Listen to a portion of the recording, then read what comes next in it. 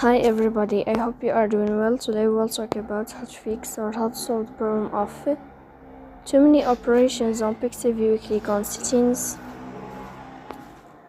you will click on apps, default apps, app settings, you will search for Pixiv app,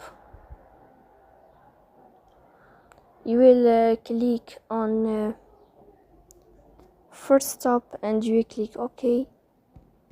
You will enter to storage, you will click on clear cache. In the end, you will go to Play Store, you will search for Pixiv app, you will uninstall your app and you will install it again to fix that problem. So that's it. Don't forget to support us by like and subscribe. See you next time and thank you for your watching and your attention.